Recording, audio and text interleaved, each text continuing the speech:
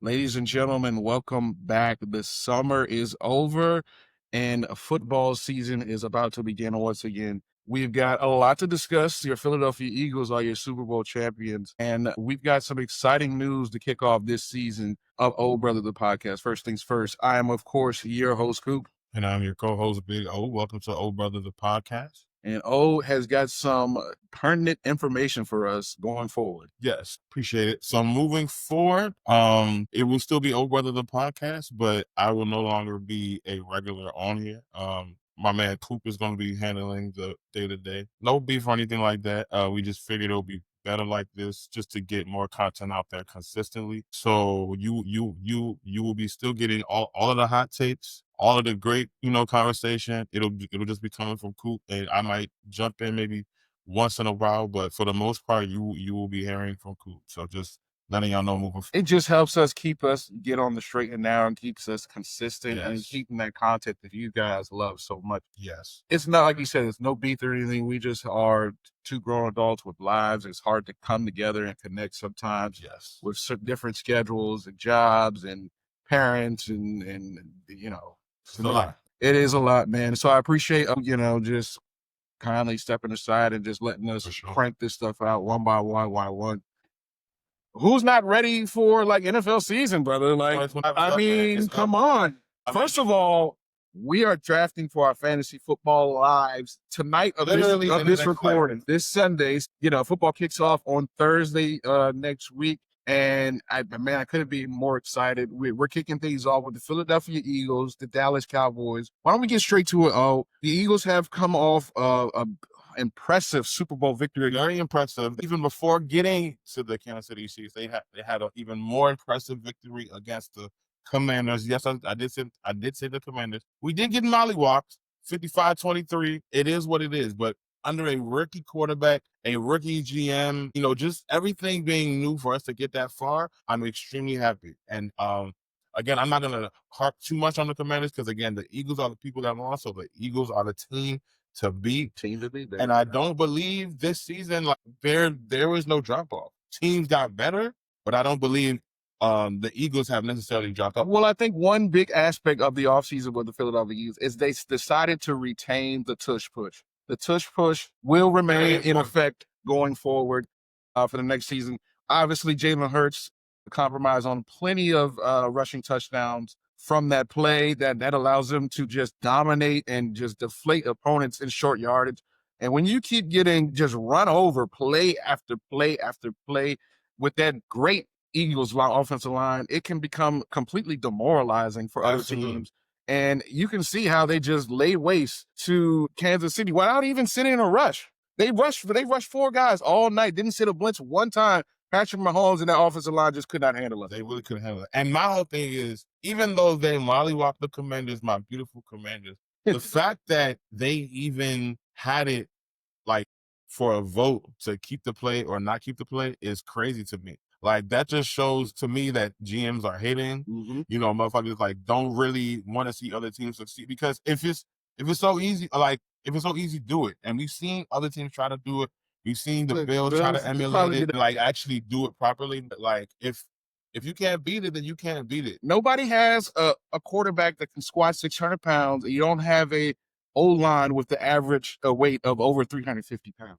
Come on, man. And very athletic at that. And skilled, yeah. You know what I'm saying? So like, and then you don't have to worry about Saquon Barkley, who might be the best running back in the league right now, having that 2,000-yard season and whatnot. So there's a lot of factors going into it on why the play is so successful. If I was an owner, I would not vote against it, because again, it's all part of the game, and the Eagles are just being innovative at the end of the day. Yeah. And they run a play that simply cannot be stopped. Just because it cannot be stopped just doesn't mean it should be banned. Because other teams have tried it and are successful at it. It hasn't been proven to be detrimental in terms of health. It hasn't been proven to cause a significant uprise in injuries that particular play. So with that being said, the NFL allowed to keep it and move forward. Now, with that being said, obviously the Eagles are the team to beat this year. What teams do you feel like have geared up to actually give them that chance to beat them, in your opinion? AFC or NFC? To be honest, the AFC has the more stark opponents in it. The NFC has been diminished a little bit, but I do see the Rams and how they went out and got Devontae Adams. The only thing that concerns me now going forward is Matthew Stafford and his piss poor back at this point. He has hardly practiced this offseason going into OC. He didn't play any preseason ball. Normally doesn't, but you probably would like to see a series or two out of him, considering he didn't practice at all in training camp and leading up to the season with a new receiver, trying to get that timing down, trying to get that coordination with Devontae Adams. And he's coming off 3 seasons with 3 different quarterbacks that he absolutely despised. Outside of Aaron Rodgers, it was lackluster season for them with the Jets last year. But, he also was splitting targets with Garrett Wilson. But I think that addition with him coming into this offense, it's going to be Cooper Kupp, Puka Nacua 2.0 leading forward. They have a young, stout defense that they are not paying hardly anybody. Their draft picks have been proven. And they have the capabilities to shut down this Philadelphia team and make the most impressive run to the NFC Championship. What about yourself? Who has a shot to take out the Now I'm not trying to be biased, right? If we're talking NFC, I'm not trying to be biased, but I have to go with the team that they faced in the NFC Championship game, and that is the Washington Commanders. Why am I saying this? Well, we finally shored up things with our star receiver and Terry McLaurin. We got him his guaranteed money, so he's finally back. So that's solidified. 96 M's to be specific. We got year 2 Jaden. Now, we all know about the sophomore slump, blah, blah, blah, yada, yada, yada. But to bolster that, we also picked up Deebo Samuel. Eckler's coming back completely healthy. And then we also just have some good pieces all in all. Like, I feel like to really just take that next step. Outside of the Commanders, I do think the other team that can really pose problems for the Eagles recently now is the Green Bay Packers with their new signing of Michael Parsons. 4 years, $188. Yeah. Crazy money. Will it be worth it? We'll see. I think he's been worth that money. And I think Green Bay has been a defensive play here and there to really take it in the next Green step. Bay has just been a staple in the NFC, just has over the course always had to worry about. Yeah, over the course of their tenure as just a team over the last 30 years, just going from one franchise quarterback to another, it just seems like a complete blessing for that organization, going from Favre to then Rodgers and now Jordan Love, who seems to be an excellent starting quarterback in this league. And then you bring in a guy like Josh Jacobs and you draft a guy like Matthew Golden, and then of course the trade, like O mentioned, for Michael Parsons just seems to solidify a front seven that could be one of the best, not in the NFC, but the entire NFL. And again, I think the name of the game is who is going to beat the Eagles in the NFC, because I think that the Eagles will make the NFC Championship game. So who will they play is the real question. I must agree with you there. I think. I think a lot of people start to gear towards the Lions and the Vikings with the success that they had such last season, but you got to remember with Detroit, they had 2 coordinators that just left, and more importantly, in their offensive coordinator, Ben Johnson, is now the coach of the Chicago Bears. It's a real foundational piece to that offense, and that they drafted and organized. And then also in Minnesota, you had a quarterback in Sam Darnold who was reviving his career. He was a big part of that turnaround. So him not being there could also pose. They are very sold on J.J. McCarthy, though. But we ain't seen J.J. We ain't seen what J.J. can do in a professional regular season setting over a span of time. So we'll see how that goes. We know Justin Jefferson will be force-fed, but will J.J. McCarthy be able to really spread that ball out so that everybody can eat, and then they can also be successful? Well, I mean, it's going to be a little hard starting off. You got Jordan Addison, who's facing a 3-game suspension to start the season. And they also brought in old man Adam Thielen to help replace with some receiver depth. That's crazy. I feel like this is the year that like star receivers are coming back to where they kind of started. Adam Thielen with the Vikings. You got Keenan Allen back with the Chargers. Yeah. Amari Cooper back with the Raiders. I think. And there's one more that I'm missing. Brandon Cooks, I believe. Brandon Cooks is back with the Saints. So again, I mean, it definitely remains to be seen. I think Adam Thielen, when he went to Carolina, he was, despite the terrible situation he was in, still was semi-productive. I believe he did produce a 1,000-yard season there. He was only there for 2 seasons, but the fact that he's back in Minnesota with Justin Jefferson. I mean, who knows? Who knows? Yeah, I believe that the Vikings have a good shot to win this division, but now I think with the addition of Parsons to Green Bay, it's their division to lose at this point. That might be the toughest division in football. Yeah, I believe so. Outside of them, and maybe the AFC West with the Chiefs. Yeah. But let's go back to the NFC East action that we were talking about. Okay. This trade with Michael Parsons. I want to harp on the Cowboys just a little bit because we just got the Jerry Jones documentary, just got the Cowboys and how, because in 92 and 93, I was being born. So I didn't really get to witness the Cowboys and their dynasty and their upbringing, but it's all that what seems to be Cowboys fans that harp on is those legacy days in the early 90s when they won 3 out of 4 Super Bowls. They haven't seen much success since. They've been probably the epitome of mediocrity ever since. They've had a lot of 8-8 seasons, 9-7 seasons, or worse. And we see Jerry Jones continue to make business decision after business decision. And after watching that documentary, it just seems like a revolving wheel of the same stuff with Jerry Jones. Can you give any consolation to Cowboys fans and Jerry Jones moving forward and them building a successful football franchise? So here's my synopsis on Jerry Jones after watching that documentary. Jerry Jones is an amazing businessman. Jerry Jones is part of the reason why, like, the NFL does business the way they do it now. Like, it's much more spread out. People can really do their deals. Teams and owners don't have to all come up with the same deals. I feel like Jerry Jones is very innovative in that.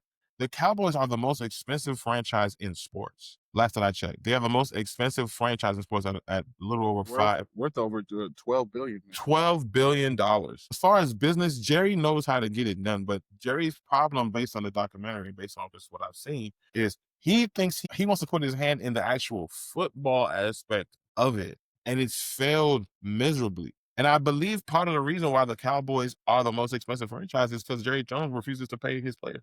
Keep the money. Why not? Like, well, you can't say that now because he's made Dak the highest paid quarterback ever. He's made CeeDee Lamb one of the highest paid receivers ever. He just refused to pay Micah. I mean, but even if you watch the doc, this has been happening since then. And Smith was the highest, led the league in rushing, so many years. And Jerry Jones refused to pay him. They lost the first 2 games of that season, and Jerry Jones had to fold his hand or whatever. So again, I do believe Jerry Jones has to either pass away or really give the team up for that team to be successful. I think he's really good at hyping y'all up, hyping y'all fans up, making y'all believe this is the year, putting out the merch. He's so good at creating a show, a fanfare. What Jerry Jones is, like you said, he's a great businessman, but he's also a great salesman. He's selling you on the art of the Cowboys, the glitz, the glamour, the cheerleaders, the bands, the 4 o'clock time slot, the big new stadium. We have all of this. Why shouldn't we win? But when you have one of the most top-heavy funded rosters now, because he has over the course of the last 10 to 15 years drafted a lot well.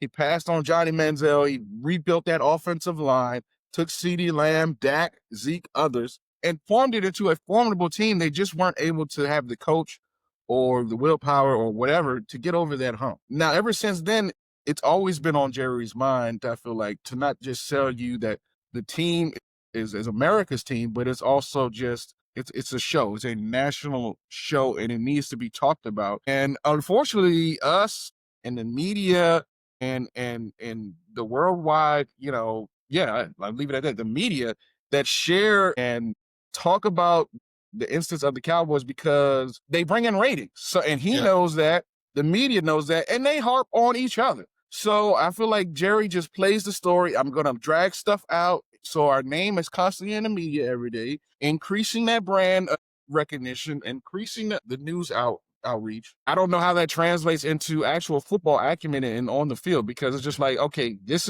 is the Cowboys. We're recognized as one of the best teams out here, but yet they don't play like it when it comes to the field at all. And again, I just feel like Jerry Jones, while you said he spent hella bread on Dak Prescott, make him the most expensive quarterback and CD and whatnot, I feel like when it's time to spend to continue, because it's not like the money's not there for you to not spend. Micah Parsons, since he's been in the league, has been a stellar player. multiple sack seasons every season since he's been in the league. All pro teams, like he's done what he needs to do in the 4 years he's been. So that's not a player, in my opinion, you play with. You know what I'm saying? You want to lock that down, just like you locked your offensive side down. We all know defense wins championships. And with Micah Parsons no longer being on that team, it's such a deflating feeling. I don't know how the locker room is feeling. He might be a cancer. I heard they was calling him podcast Parsons because he was focusing too much on his podcast. Well, they were losing at that point. And so they were losing, but at the same time, who was still like, you cannot tell me the past 4 years who the best defensive player was on that team. Like, it was obviously Micah Parsons. Some people might say Trayvon Diggs that one season, but like, again, the glue and the motherfucker that like actually is making these timely plays, Micah Parsons. So whatever hope y'all had of it being a great year this year, I don't see it. I don't see it because y'all lost y'all best defensive player. Best defensive player. It puts a lot of pressure. 2 weeks before the season started. Yeah. Might I add. It puts a lot of pressure on that secondary going forward. The run game, which they do not have at this point because they don't have a decent running back. It's going to be a lot of just throw to Pickens and Lamb, and it's going to be a lot of just nasty 3 incompletions and 3 and outs for the Dallas Cowboys moving forward, just because it's just the inability to stop the run and run the ball. And Jerry Jones said it in his press conference when he traded away Michael Parsons, they need to be able to stop the run. They picked up a defensive tackle in Jenkins, I believe his name is, in the trade. He's not. I mean, he's a decent defensive tackle, but he's not going to come in and be an Aaron Donald. He's not going to do that. So for the Cowboys moving forward, I do not see a winning season for them going forward this year. They definitely will not make the playoffs in my opinion. So speaking of which, we both, I believe, have the Eagles winning this division. Yes, I believe the Eagles do come back on the division. They've only gotten better through the draft and whatnot. So yes. And for you, you have the Commanders going to the playoffs as well as a wild card team, probably. I think the Commanders probably finished like wild card because if Philly wins the division, then all right, man. So moving forward, we got let's go ahead and go down to the South real quick. We'll make this quick, man, because this is a division that has really been owned by Tampa Bay, and I think it will be again this year, unfortunately. Ever since Tom Brady has come and gone, they have just dominated. Well, I wouldn't even say dominated, but they've just won the South because of other existential circumstances. I'm just following that way, considering Kirk Cousins coming to town and then playing like garbage and defense falling out. The Panthers have been struggling to build around Bryce Young. The Saints are the Saints. They're just a debacle. And so that just leaves the door wide open for Tampa Bay. They've got probably the best quarterback and receiver situation. They have the best defense right now. So going forward, I don't think nobody's beating Baker and the Bucs right now down in Tampa Bay. So you're telling me you don't like your Atlanta Falcons squad? I hear this is the year Kyle Pitts goes bananas. I'm just telling you what I heard. Okay, you've heard that from the quarterback saying that he's going to get the ball a lot, but is Pitts going to catch it? Because he did throw it to him a couple of times last year, and he fumbled it out to the back of the end zone to lead to a damn near pick six. That's crazy. So, I mean, it's literally, I'll put it this way. As a Falcons fan, I'm tired of riding on hope because it seems like the Cowboys situation all over again. But except we don't have a meddling owner. We just have a owner that's too patient, and he lets coaches and quarterbacks and other players ride out in a situation that they probably did not deserve for too long. He's a little too impatient, Arthur Blank. We have Bijan Robinson. We have Drake London. The offense does seem like it will be taking a step in the right direction. But the defense is the thing that concerns me. We don't have no guys in that linebacker type level to really shut down the run. We lost Grady Jarrett, who was our stellar all-pro defensive tackle in free agency. We couldn't afford to bring him back. We did revamp with 2 defensive line picks with Jalen Walker and James Pierce, who seem to be great edge rushers to start the season. But these guys are, they're first-round pick, they're rookies. I don't expect them to both come out here and have double-digit sack seasons, but I do expect our pass rush to be improved. It's been dead last or next to last for the last 5 seasons, or at least bottom 3 in terms of sack production. Like I said, the offense has been the only thing that's been keeping us going. We're going to have to try to outscore everybody. And then when Kirk Cousins met his struggles in the middle of the season, we were already behind the 8 ball when we were really set up to make the playoffs and just go ahead and lock in. So it's unfortunate, but I don't see the Falcons doing too much damage. 6 wins maximum for this ball. What's crazy though, pertaining to that Kirk Cousins situation, is a lot of those games he lost in the middle of the season down one possession last game. Yeah. Those games, but these are teams that we should have been beating. You should have been beating, but we also know Kirk Cousins' history as far as him being just all team mediocre. Just he has this stretch where he played at an all-pro level, and then for some reason, if he just can't keep that up, it's mind games, it's whatever you want to call it, and he just turns mid. I don't think that's the case for Michael Penix. I think even if y'all win half of those games that were like tossed up in the air or whatever, that puts y'all in a much better position because y'all. What did y'all finish record-wise last year? 9-7. No, 9-8. 9-8. Y'all finished 9-8, and I think at least 4 or 5 of those games were like one possession. Yeah. So you went 3 of those. But games. You got to remember, we also won like 3 or 4 games. Yeah. I mean, but I think that those games that y'all barely won or whatever, ultimately it's going to swing in our way. Those, I think those turn into actual real wins. You know what I'm saying? I think again, Penix, I've seen his tape. You know what I'm saying? I feel like with the full off season he finally had, and then running with the ones, I think that there's hope for sure. Again, I'm not relying on hope. I want to see something done this year. So Tampa Bay, get her done. It is up to them to get it done. They do bring back Mike Evans, who's a future Hall of Fame wide receiver. Chris Clark is slated to start the season coming off his devastating injury. He's slated to start week 1. He can't. He's off the PUP list, the physically unable to perform list, and he's past his physical. I ain't touching them. And also their left tackle Tristan Wirfs is coming back off of his ACL injury. It has passed his physicals. I think that Tampa Bay's got some damage to do. And when it comes to Carolina and the Saints, these are 2 formidable teams that just are not ready yet to compete for a championship, a division title or NFC title. Saints don't even know who their quarterback is. It is going to be Spencer Rattler. I don't think do you think Carolina makes a leap this year at all? No, especially with them losing Adam Thielen, who was the leading receiver. Yeah. Bryce Young, they draft, Yeah, that's cool. But Bryce Young, at the end of last season, did show signs that he was like, okay, I'm ready to take that next step. So I'm very excited to see how that kind of swings because Carolina defense has always been decent. Yeah. That offense has just been extremely abysmal. And they re-signed Chuba, I believe. Yes, he did get a deal. Chuba has been very consistent. I mean, but do you see? What are your thoughts on Bryce Young? Do you see him as being a consistently good quarterback in the NFL?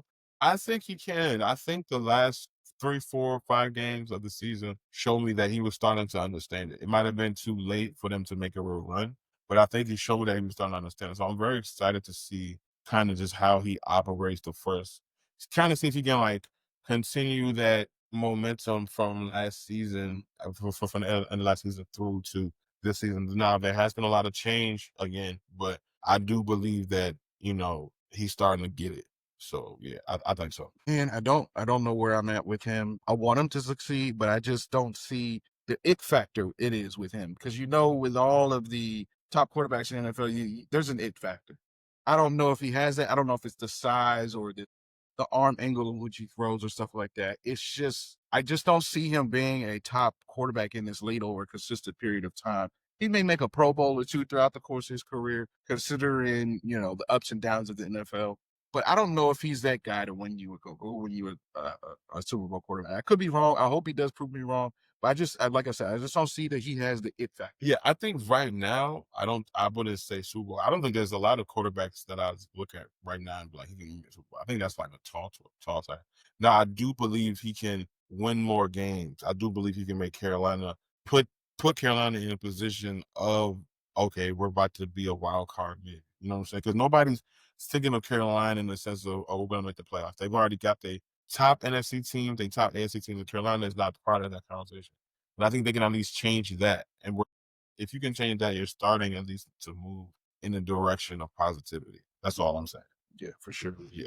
Okay, moving on, man. Let's go ahead to the NFC West. We did hop on the Rams a little bit, talking about the moves they made to bring in Devontae Adams. Who had the best offseason, Rams in that division? Because you did have the Cardinals, they just re-signed a bunch of guys they drafted well. The Seahawks brought in Sam Darnold.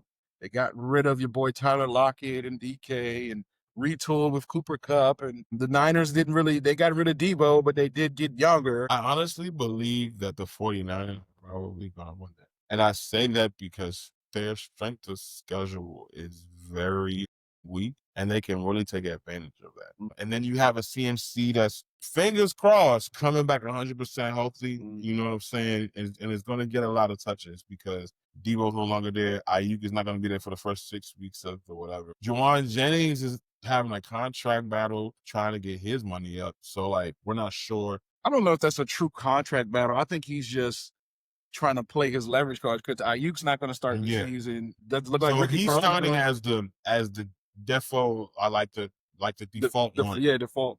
And to be honest, John had a couple great games last year. I think he finished his season with like 900 something yards. Like he had a couple flashy games where he was like, what the fuck? Yeah, and he made a couple plays in that Super Bowl too. Yes.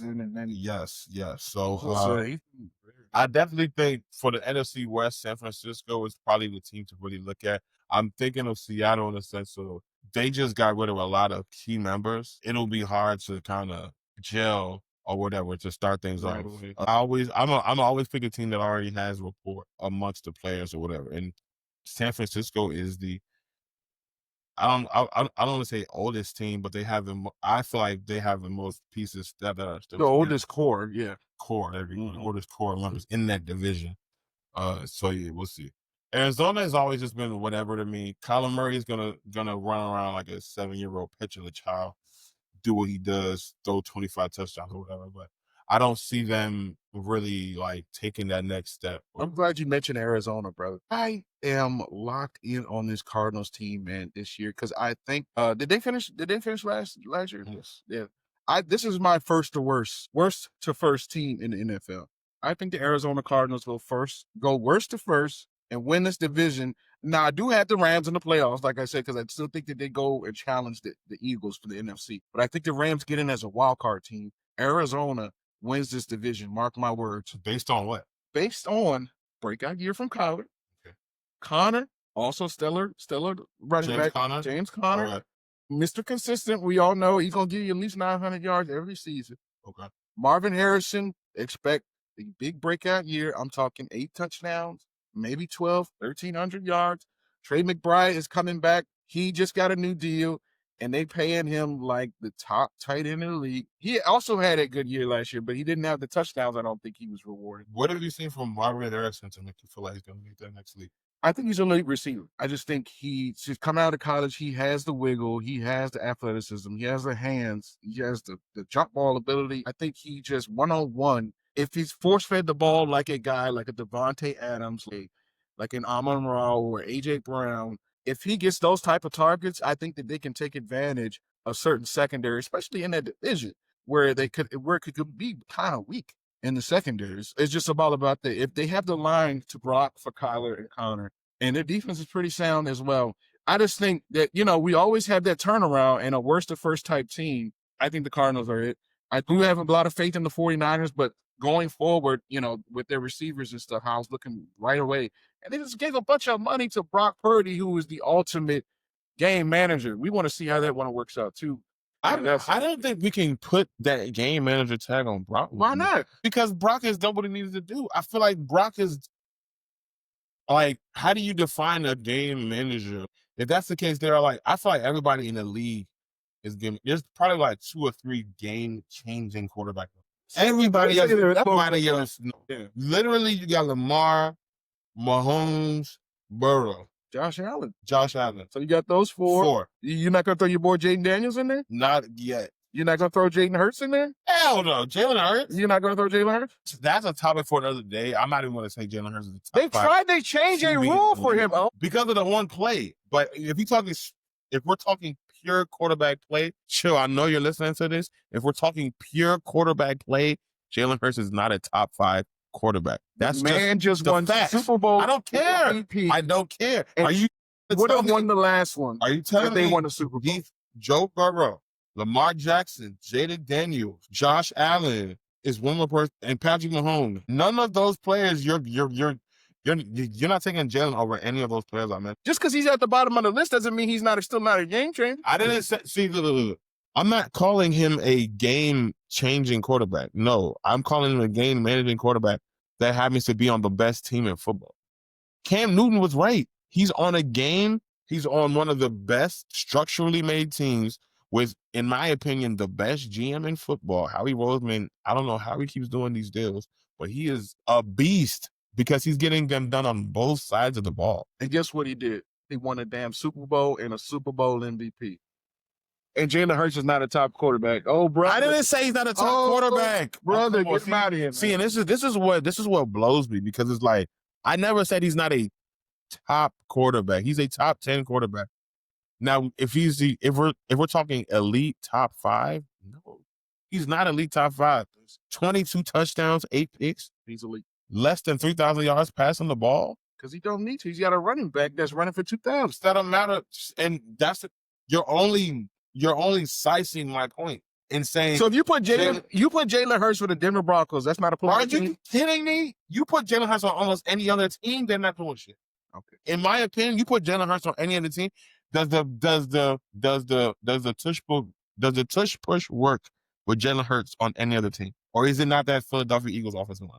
Granted, the Eagles' offensive line is good, but I think they can run some QB sneaks a lot more successful than other teams with Jalen Hurts. Yes. Right. It doesn't specifically have to be the tush push, but yes. But what I'm saying is, if Burrow, Mahomes, if any of those top 5 quarterbacks that I mentioned go to Philly with that same system, whatever, they're not losing for the next 5 years. I personally believe that. Not only is A.J. Brown going for it. So is that speaking to the fact of the depth and the talent of the Philadelphia Eagles, or the talent of the East quarterback? It speaks to the depth of talent of the Philadelphia Eagles, and I don't believe Jalen Hurts is using what he has to its fullest potential. And they're still winning. In spite of it, they are still winning games. I'm not calling Jalen Hurts a bad quarterback. I'm not even calling him a good quarterback. He's a great quarterback. Top 10, if you will. An elite quarterback, you cannot sit there and tell me that Jalen Hurts is an elite quarterback based on what I saw last season, based on what I've seen for the majority of his career. He's a great quarterback. Elite? No. I don't know too many non-elite quarterbacks with a Super Bowl. That Nick Foles. Any more questions? You just said you don't know any. I gave you one. You said you don't know any, and I gave you one. There's been multiple. Who was the quarterback for? He also caught a touchdown. Trent Dilfer. He didn't win MVP though. He didn't win MVP? No. Okay. He won the game, but he didn't win MVP. Who won MVP that game? I know it wasn't him. I can't remember. We'll look it up in a sec. But moving forward, man, we got in the AFC West, South, the North, the Vikings, Lions, Bears, Packers. What a division that is. That can be in competitive with one of the best divisions of football too, as well. Yeah, absolutely. Yeah. The Lions and Vikings both won 14 games apiece last year. They were very elite. Obviously, there's going to be some regression there on both squads. I think the Lions take the biggest step back, and they move back to like maybe 9 or 10 games with their coordinators gone. And just the gambling, I don't know how to call it, the gambling nature of their head coach, Dan Campbell, it comes to 4th downs and short yardage and not taking the points. And I feel like that's going to be to their detriment this year, to where it was to helping them last year. Mm-hmm. So when we get to certain situations like, 4th and 4 and we're on our own 40 and we're down 3. What do we do? What do we do? You know what I'm saying? Are we still as aggressive without Ben Johnson? Correct. And the trick plays. Calling those calls. All the coordination. Now, they are bringing somebody in from in-house to help fill that position. So it's seeming like a seamless transition. But I don't think that it translates to wins, per se. It might be still a high-powered offense, but we'll see. When it comes to J.J. McCarthy and the Vikings, I still think this will be a prominent offense moving forward. Because, how hard is it to get the ball to Justin Jefferson? But again, it's not just about that. If you have no Jordan Addison in the first 3 games of the season, right? Teams are going to double, triple this motherfucker, right? Well, they're going to lock in, but they still got to be able to stop the run as well. They still have Aaron Jones. Well, Aaron Jones, did he have a great season last year? He did okay. And then they brought in the backup from the 49ers, Mason, who also did pretty well with McCaffrey. Okay. And he's probably going to take over a lot of the goal line work, too, to help out there. I think this will be a prominent Vikings. They have a good home field advantage. This is going to be a good team, but ultimately, I think with the Parsons trade, this is the Packers' division to lose. Yes, 100% agree. Like I said, I feel like that whole division has been very solid, but with the addition of Micah Parsons, I think defensively they have probably turned into the better team amongst the teams in that division. We're still not sure what the Bears are talking about. And then also, we got the Lions again coaching. We're not sure what that's talking about. So I just feel like, in my personal opinion, it's their like division to lose. Oh, sorry, it's their division to win. Yeah, with the Bears, it's obviously they're bringing Ben Johnson over from Detroit. He's been working well with Caleb Williams, but their offense is still struggled, and he's still reluctant to get on one accord with Caleb Williams, the quarterback. He's still making some rookie-type mistakes going forward. But I think this offense will be clicking on all cylinders by the time we hit week 8, 9. Yeah. They'll be rolling, but it may ultimately be too late. They'll still probably be in the hunt, but it'll be a little wishy-washy when it comes to that point. And then year 3, they're probably gonna put it all together, and this might be a Super Bowl team next season. It's very possible. All right, and moving on, we are back in the AFC, man. Let's go ahead and get the easiest division out the way, the South. I think Houston's gonna running back for probably a 3rd year in a row. Yeah, we do see some added weapons there for CJ Stroud. Defense got upgraded a little bit.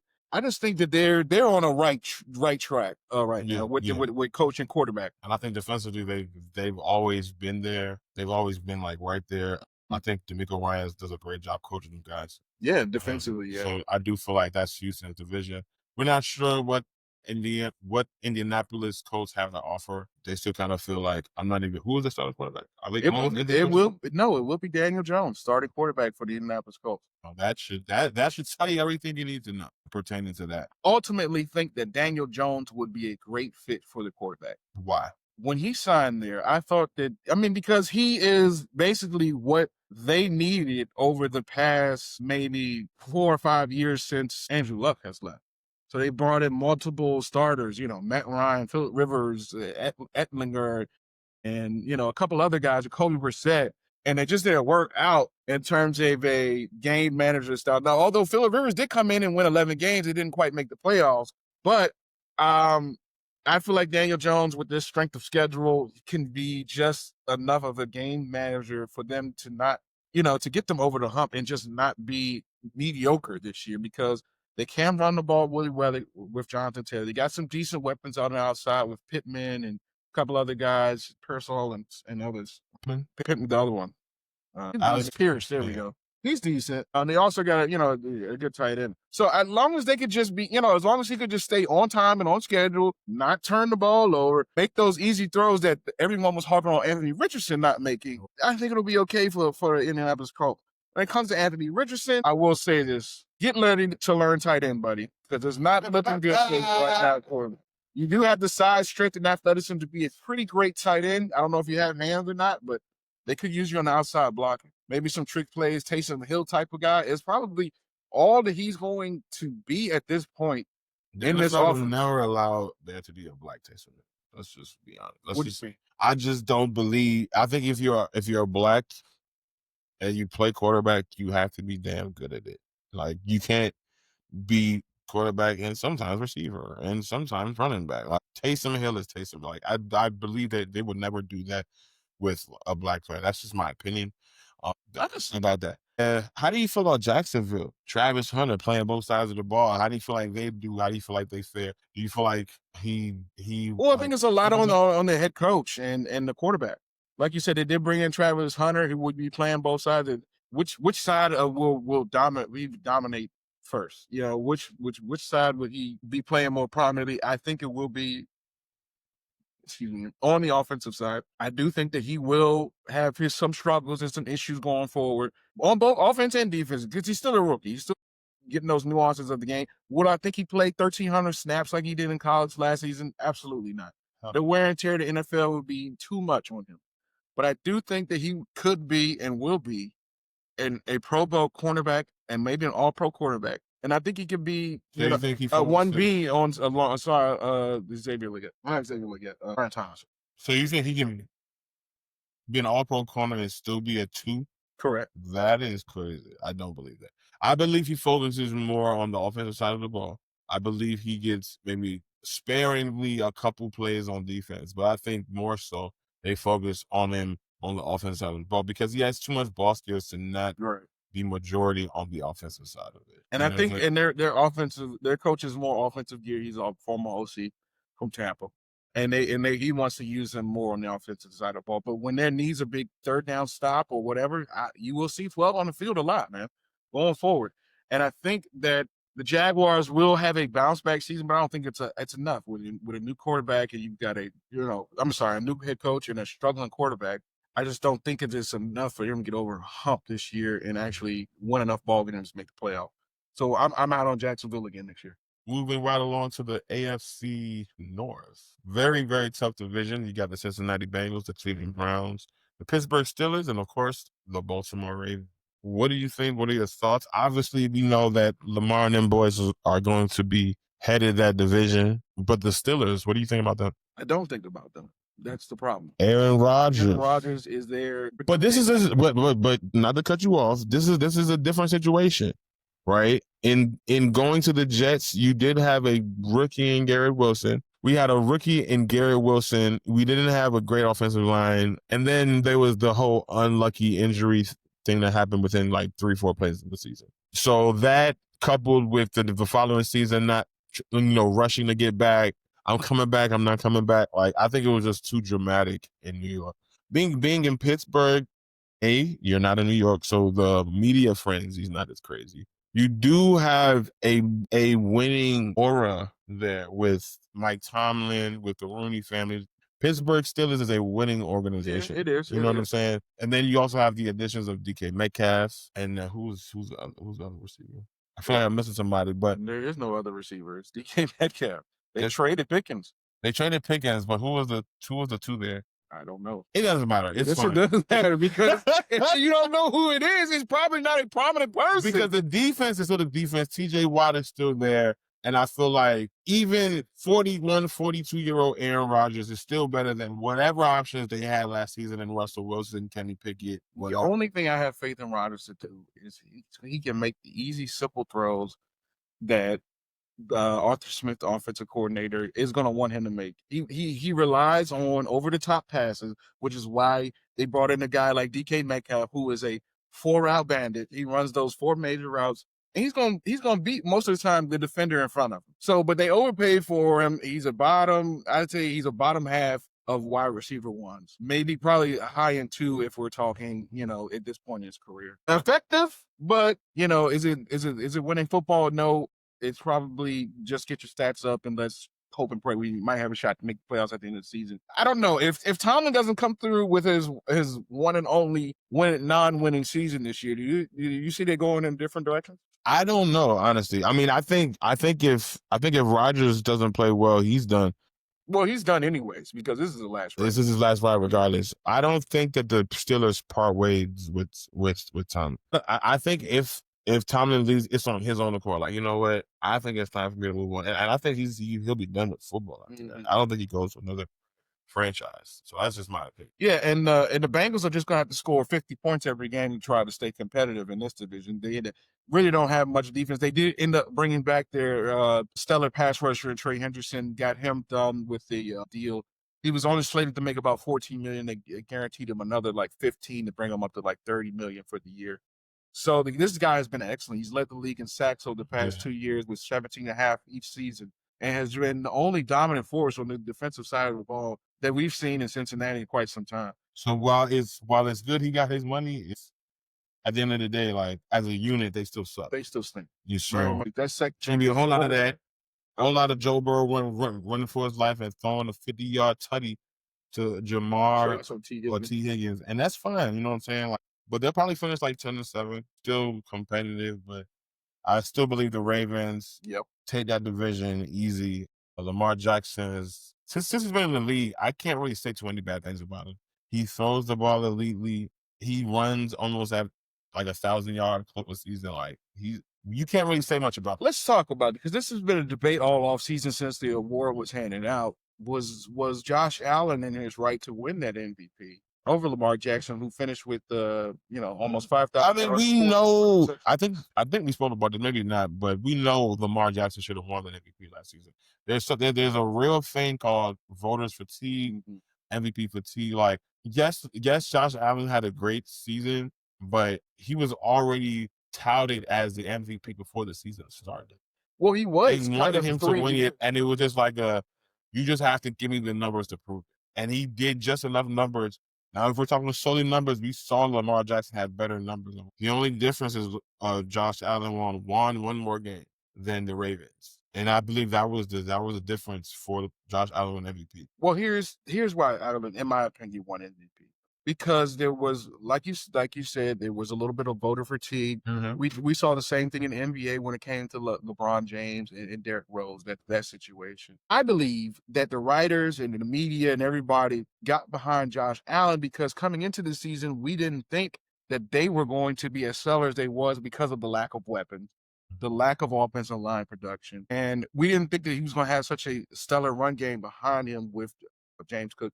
And he turned this team into so much better. When we thought they were going to take a step back, they actually took a step forward with less weapons, with Stephon Diggs leaving and bringing in Keon Coleman, and they left, Davis left, and a bunch of other guys he had up. But he elevated the play of these guys to that amount. So it just said, if you take this guy off this team, they're really nothing without him. So I think that's where a lot of the voters lied when it came to determining their MVP votes last year. I absolutely agree, but everything you just said, you can copy and paste that and just put Lamar Jackson. Because if you take Lamar Jackson off of that team, who the fuck are the Ravens? Yeah, even they're just they're offensively because we know defensively they're still stout. Whatever offensively. What can they do? They're just the Tennessee Titans of old with Derrick Henry before. They just turn around, hand him the ball, and pray for the best. Turn around, hand him the ball, and pray for the best. Like you got Zay Flowers, that's your one who is good, but Zay Flowers is not getting to 1,000 yards for them. Lamar Jackson. I just think it was just all of the preseason lack of hype when it came to these receiving core and weapons that Josh Allen had to work with. Ultimately led to him dominating with and winning with. Just led to the swing of MVP votes in his direction. Yeah, and again, it was his award to lose.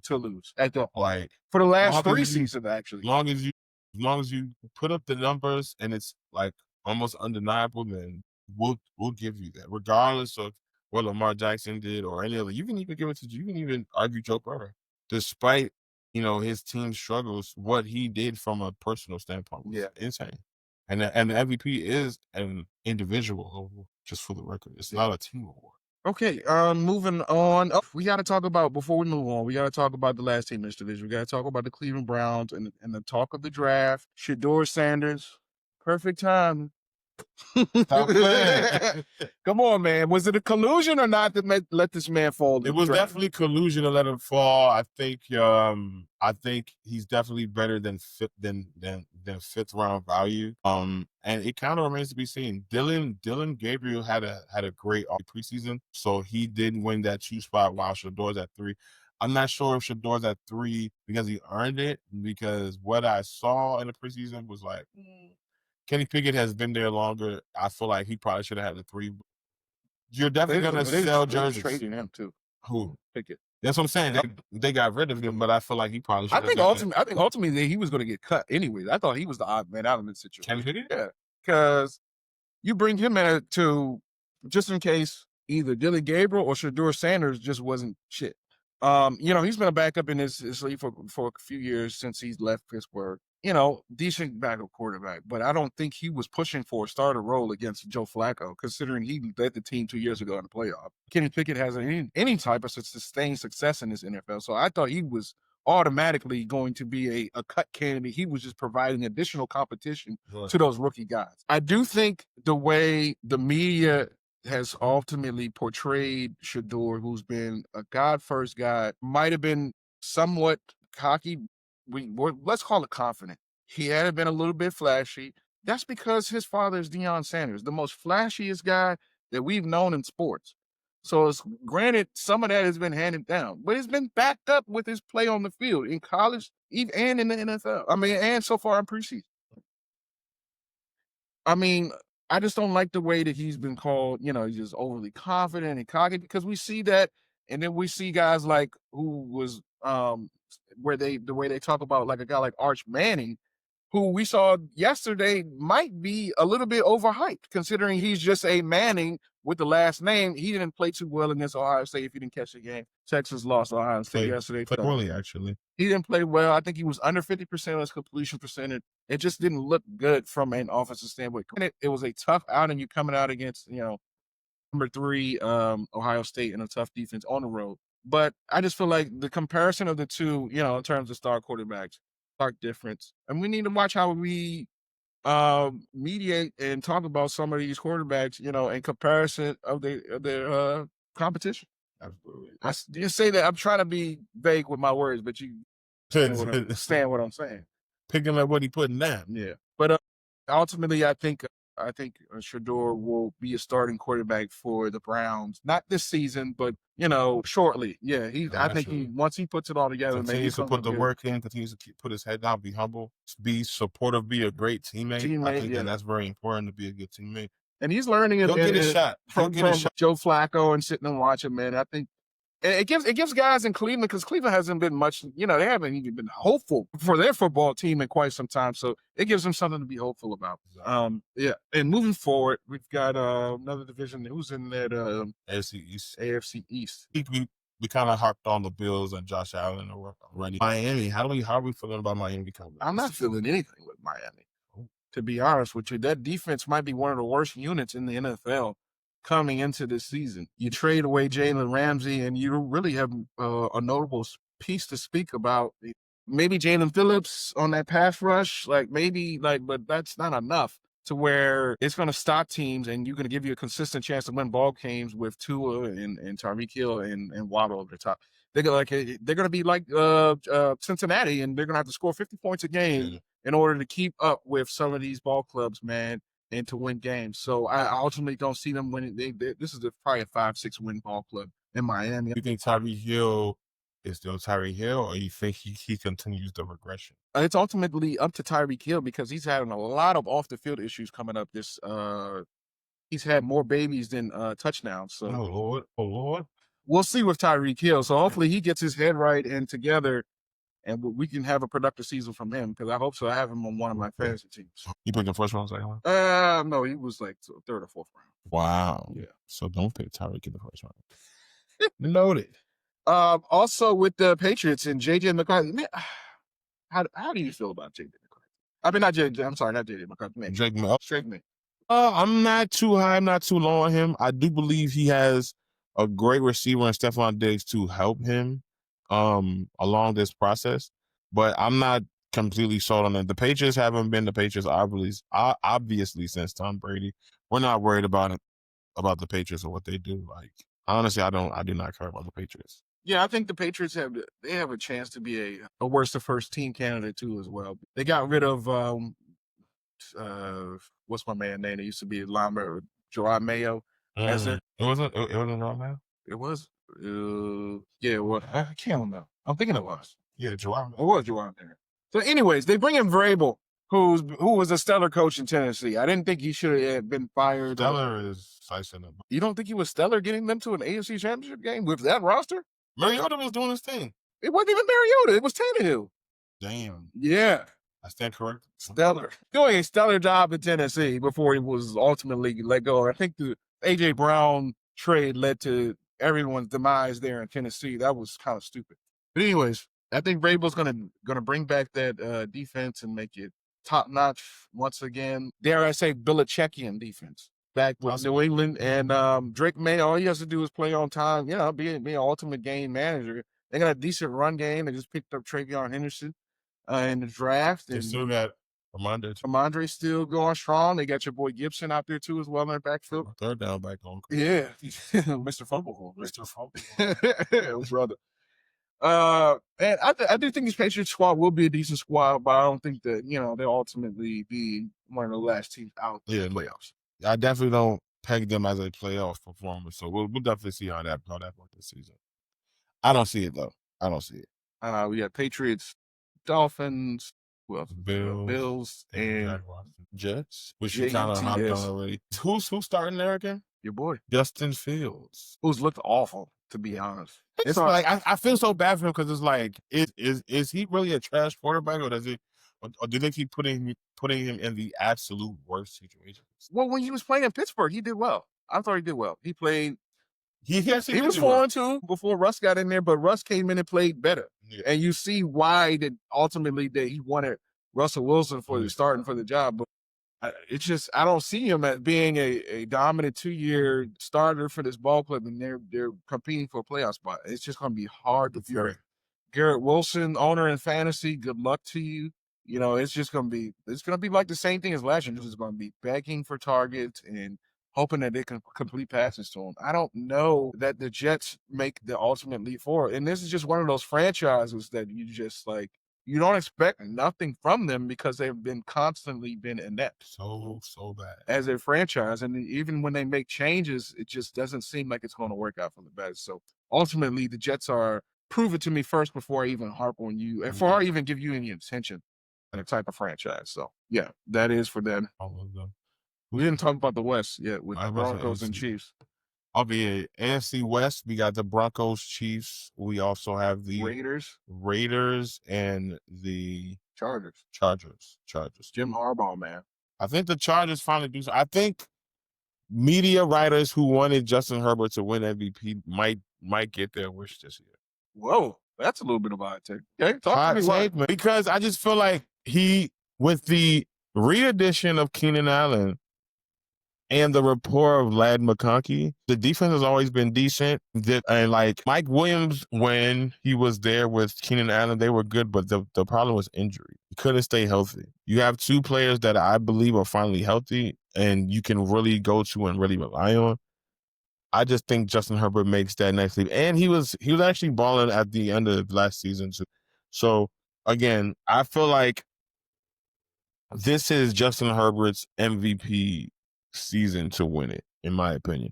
Because again, I'm not saying that other players won't have better numbers, but I think if he puts up those MVP numbers like the media wants him to, they will give it to him. I can definitely see that. That is not a bad take at all. The Chargers are going to be in the hunt for the playoffs as always. They're going to be strong defensively. They're going to be able to run the ball well, which ultimately would lead to Justin Herbert's success after leaving downfield. So that's not a bad take there. I do like that. What does Mahomes do now?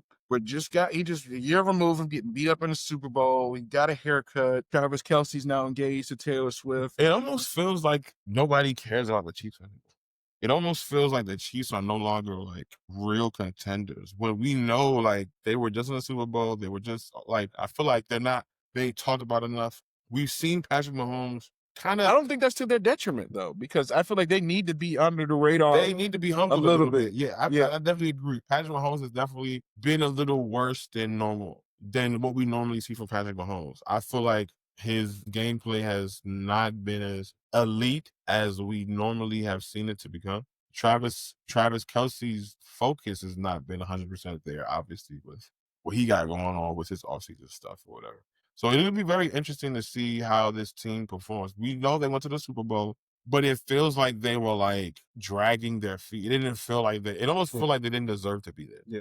Dare I say? Somewhat, yeah. You know what I'm saying? I can see that. It definitely seems like this team has aged a little bit. Yeah. They did bring back some key pieces, Karlaftis and the cornerback whose name is escaping me right now. But a year older, we got an engaged Travis Kelce to a pop star, Taylor Swift. It's probably his last season. Is that a distraction for them? Absolutely. Whether you see it, whether you believe it or not, it's a distraction. Now you can't say it was because they still made it to the Super Bowl. No, but I believe winning the Super Bowl takes a level of focus that is like none other. So any small thing, anytime they showed Taylor Swift on camera during the weekly games, it's just like it's taken away from it. You know, so you might be like, well, I'm not letting that bother me. Subconsciously, it could still be bothering you because you might still have to answer questions. You might still have to stay a little extra for media day. Now you're doing your podcast. You got to talk about like just unnecessary things. Now you have people coming at you asking different questions. Now you have different things that you have to do as far as like outside of the NFL stuff that you're doing with Taylor or whatever may have you. You know what I'm saying? Like, and again, all NFL players have different lives outside of the NFL. I'm not saying that you shouldn't, but also Taylor Swift is like one-on-one, a very, very big deal. And she's global too. Like she goes to the 7-Eleven across the street. It's like news. Yeah. You know what I'm saying? It's like you guys She's taking a jet. you gotta so you gotta put all of that into perspective. Again, I say all that to say they still made the Super Bowl, which is the big game last year, despite all of the noise. So you can never count on Kansas City. Patrick Mahomes is always looking to get better. But you can only get so much better as you get older. You know, so we'll see how that goes. I still have them winning that division. But I don't think they go 16. Oh fuck. Yeah. Was it 16-1 they finished? 15-1 or 16-1. I think they only lost one game last season. They definitely lose more this season, I believe. But I think Mahomes has to take his game either back to what it was or even better, because there's an obvious regression there. Yeah, I think this team will win the division, but it's going to be tough. They're going to be like the regular 11-6 type selves, or maybe 12 game, and they'll be fine, man. Because like ultimately, the core hasn't changed, the coach hasn't changed, and the people around there haven't changed much either. So I don't expect the results to change. So the Chiefs will probably more than likely win this division. I do like Pete Carroll, in addition of coming in terms of the Raiders, and motivating that team. They bring in Ashton Jeanty because I know they're going to want to run the ball a lot. And you got Brock Bowers and a couple, they want to run a lot of two tight end sets with Bowers and Mayer. They got the year before. I think it's gonna be nice. It's gonna be a lot of running in that division, but it's also gonna be okay because they got Geno Smith. He's a good game manager. He's got a rapport with Pete Carroll as well. I think Vegas will be okay. They'll be okay. Will they make the playoffs be okay? I think that they'll have a shot, but ultimately I think Denver will beat them out for that wild card spot in that division. Denver's really good, man. Another year with Sean Payton and Bo Nix together. They have probably, outside of the Chiefs, the best defense in the AFC, in my opinion. They're really stout. You got the defensive player of the year in Pat Surtain. You got some other key pieces, that linebacker and pass rusher that perform really well. And then like Bo Nix, man, had just shocked the world and came in and was like that guy from game one and been ultimately pretty dominant. Thanks. Cortland Sutton got an extension. So this is a team that's like they're gelling. Yeah. They're starting to get it, and they're going to win some close ball. Sean Payton, he's leaving his impact on that team. So I think that this is going to be a good ball club coming up this year. Denver, they have that home field advantage, man. Playing in Mile High, it's tough going out there in Denver. We know we were out there, man. It's hard to breathe. The altitude is crazy. It is crazy. The altitude is you come into a city like that on a short week or whatever, you're not looking good to start off, bro. But I do think the Broncos, man, are a wild card spot in that division. And that's a semi-bold take. Is it? I think it might be three. It might be three teams out of this division to make the playoffs. The Chargers, the Broncos, and the Chiefs. Chiefs, yeah, that'd be nice. I would like to see actually all three of those teams in playoffs, and maybe one or two facing each other. It's possible. It's very possible. All right, man. So we don't have much time left. We're coming up a little over an hour here. So let's get right to these postseason awards. Who do we think is going to do what, maybe in terms of award winning, and ultimately let's give our Super Bowl pick for the upcoming season. Starting off, let's go with the MVP. Who do you think is going to be a reigning MVP after this? I think reigning MVP of this year, I think I already said it. I think it will be Justin Herbert, just based on the pieces he's gotten and how media already writes about him. I just feel like he's going to finally get it together. They probably win 10, 11 games, and he wins everything. So my way too early MVP pick is Justin Herbert. And me personally, I know this is not really sexy or anything, but I think Lamar Jackson comes back and runs it back, man, and shows that, he deserved a third one last year. And I think he's going to not only dominate on the ground, he's probably going to have 3,000 yards in the air and another 1,000 on the ground. And let's call it another 40 touchdown season for Lamar Jackson. I respect that. I mean, again, I don't see no team stopping him. So again, the only way he doesn't get it is from voters fatigue. Again, I just think Justin Herbert just has the right pieces. It's just right place at the right time. So I think he's been in the league long enough. Again, that's just my opinion. a way too early Super Bowl pick, I'm going to go with, if I'm being honest, I got to go with the Eagles again. I don't see no team in the NFC beating them in the playoffs. So it's going to be Eagles. And in the West, and in the AFC, I'm probably going to go with the Ravens. It's going to be a bird Super Bowl. Lamar finally. You literally took my prediction from last year. Oh. I had the Bird Bowl last year, right? Yeah, the Bird Bowl. I think the Bird Bowl happens this year. Oh. Lamar has a stellar regular season and finally gets over that postseason hump where he's just not good. You know. So. Okay. Well, in the NFC, I think I'm leaning towards the Rams. Now, all of this pick is completely depending on Matthew Stafford and the health of his back. If his back is in the shape that where he could take yeah, maybe I was going down the wrong. If his back is in shape, right, and he's healthy, and he's can take the punishment of football, then I think the Rams will make the Super Bowl. I was going down a dark path there. Such a tough sentence. I was going down a dark path there, buddy. He can take the punishment from his back. Well, no, I understand. So if he can sustain his injury, then you feel like they can have it. Yeah, absolutely. So you really think Devontae Adams is that much? Do you think Devontae Adams is still in the prime of his career? I think he's on the back end of the prime, but I do still think he's in the prime. Okay, I do. So you think that he's still like difference maker, can come in and yes, okay, I do. Respect. I think that's probably the last year that he's a difference like do it down. Yeah, like correct. And I feel like he's motivated, and Puka Nacua also, his health is detrimental to this as well. And they got a young core on defense, but in the AFC, I do have it's hard rooting against the Chiefs, man, at this point. So we're getting that Rams. They keep going. Like you can't be mad at that. You know? And it's just like, who else, brother? At this point, because ultimately it keeps coming down to them and somebody else. All right. So in wrapping up this episode, you guys let us know down in the comments, who do you think you have in the Super Bowl preseason picks, man? Give me all of your awards. That includes MVP, Defensive Player of the Year, Offensive Rookie of the Year, Defensive Rookie of the Year. I need you guys to debate in the comments. Please, folks, like, comment, and subscribe. It does us a really huge favor if you can hit that like button. Yes. And we can get this content in front of so many other people. That helps a lot. As we said, this will be a much more consistent podcast, a more consistent platform. So make sure you check in every week. You know, there will definitely be new videos, new things for us to discuss or whatever. So make sure you lock in, man. Yep. Hit that bell so you can get notified when every time we post and lock in on the content, because I know you guys really like to hear and see what we guys have to say. So we appreciate that, guys. And this has been another great episode of Oh Brother Podcast. Thanks for locking in with us.